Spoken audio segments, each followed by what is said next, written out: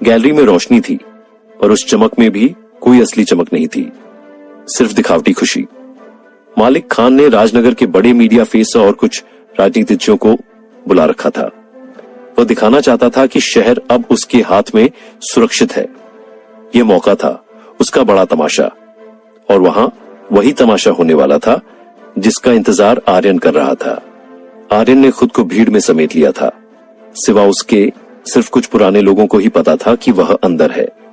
Bullet Singh उसके कंधे पर खड़ा था, चेहरे पर वही बचपना, आंखों में वही आग। भाई, अगर आज कुछ हो गया तो मैं तुम्हारे साथ मरने को तैयार हूं, बुलेट ने धीरे से कहा। आर्यन ने मुस्कुराते हुए कहा, तुम्हें मेरे साथ मरने की जरूरत नहीं, बस मेरे साथ जीना है। मालिक मंच पर खड़ा था। उसकी आवाज में वह वही ठंडी ताकत थी जो हर किसी के सीने में भय घोल देती थी। वह बातों से लोगों को बांध रहा था, राजनैतिक वादों, दान की बातें, शहर के विकास के नाटक, और भीड़ तालियों से उसकी बात सुन रही थी, पर वास्तव में तालियां एक डर और मजबूरी का एहसास थीं। आर्यन की नजरें दर्शक समूह में घूमी। हर चेहरे पर वह पहचान ढूंढ रहा था जो उसे घर जैसा लगे।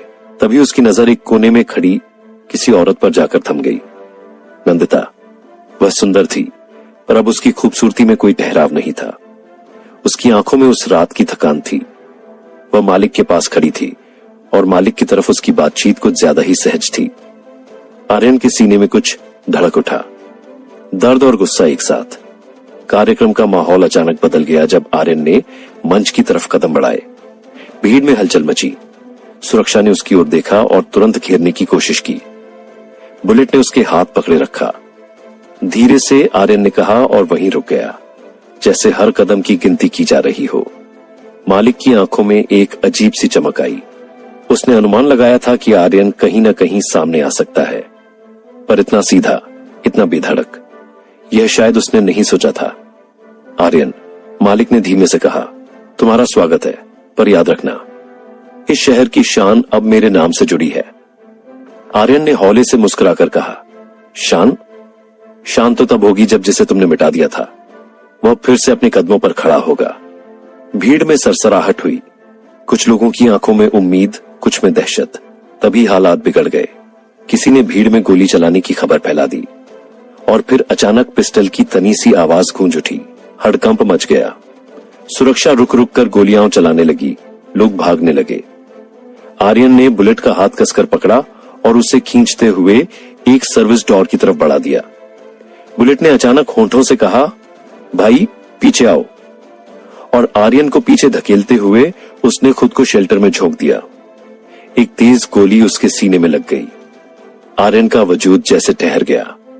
बुलेट ने जोर से चिल्लाया, आर्यन संभालो, पर बुलेट की आवाज धीमी पड़ती गई। उसकी आंखों में वह वही मासूमियत थी, पर अब उसके चेहरे पर खून फैलना शुरू हो गया। आर्यन ने बुलेट को अपनी बाहों में उठाया। भीड़ में अफरा तफरी मची हुई थी, पर उसका दिमाग एक ही चीज पर टिक गया, बुलेट का चेहरा, उसकी सांसें। नंदिता ने भीड़ में जगह बनाकर देखा और उसकी आंखें भर आईं, पर उसने मालिक की तरफ पलटकर देखा और फिर फर्क से खुद को संभाल लिया, जैसे किसी राज को छुपाना कोई नया काम हो। बुलेट के होंठों से कुछ शब्द निकले, भाई तुम जियो, और फिर उसका सिर पीठ पर धड़ाम कर गिरा। आर्यन ने उसकी गर्दन पर अपना सर रखा और दुनिया एक अकस्मात ठंडी चपेट में आ गई। बुलेट की मौत न केवल आर्यन के लिए बल्कि पूरे अड्डे के लिए झटका थी। वह उस हिम्मत का सूत था जो आर्यन को लोगों से जोड़े रखता था। भीड़ में अफवाहें उड़ी कि गोली मालिक के लोगों ने मारी थी।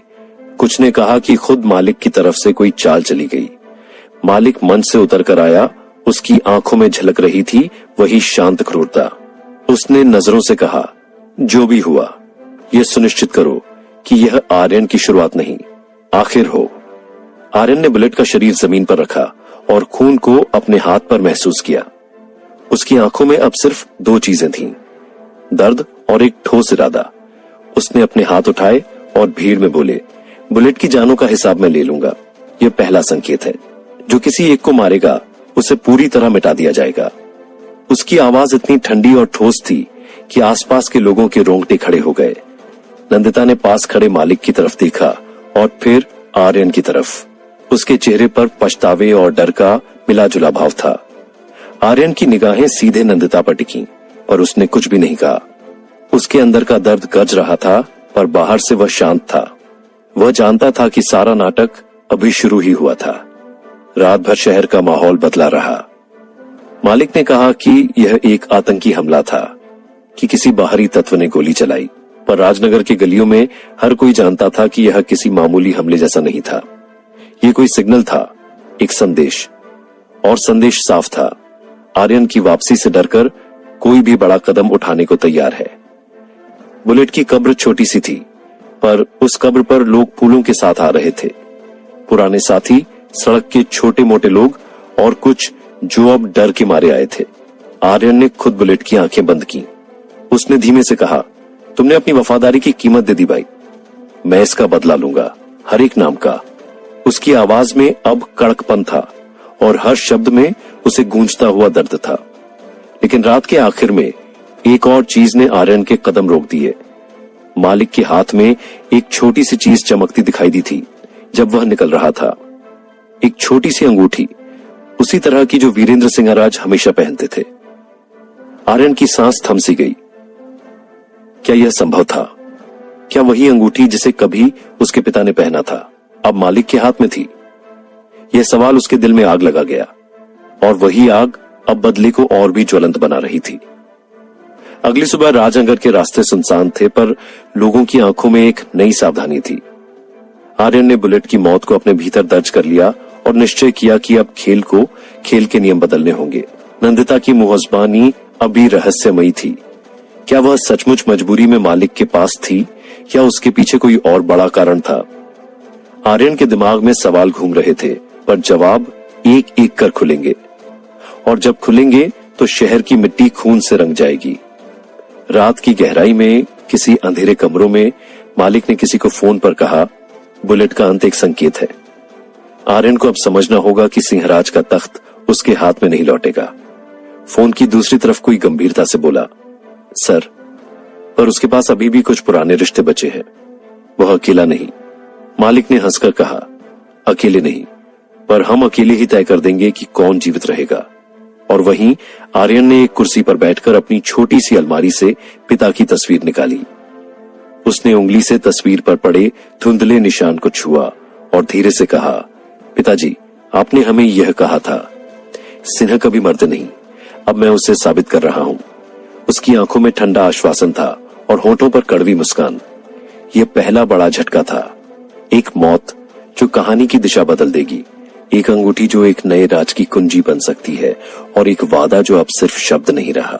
राजनगर का खेल अब और भी खतरनाक हो गया था, और हर कोई जानने लगा था कि आर्यन सिंहराज अब सिर्फ लौटकर नहीं आया, वह वापस लेकर जाएगा।